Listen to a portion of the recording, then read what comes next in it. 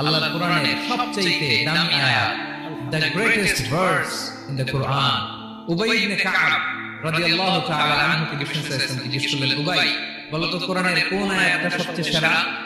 উবাই জানেন, তারপরে বললেন আল্লাহু ওয়া রাসূলুহু আ'লাম, আল্লাহ আল্লাহর রাসূল ভালো জানেন। দেখেন কত বিনয়ী ছিলেন সাহাবারা, জেনে উত্তর দিতে চাইতেন না, ভাবতেন না জানি বিশ্বনবী নতুন কিছু আমাদেরকে জানায়। বিশ্বনবী আবার বললেন, তুমি কি জানো কোরআনের সবচেয়ে শ্রেষ্ঠ আয়াত কোনটা?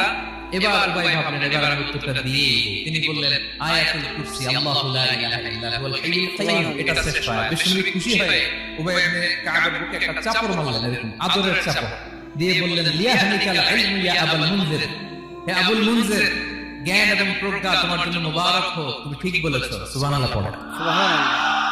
তাহলে এই প্রথম ইনফরমেশনটা আজকে জানলাম, কোরআনের সর্বশ্রেষ্ঠ আয়াতের নাম ৬২৩৬ আয়াতের মধ্যে থেকে সবচেয়ে দামি আয়াত।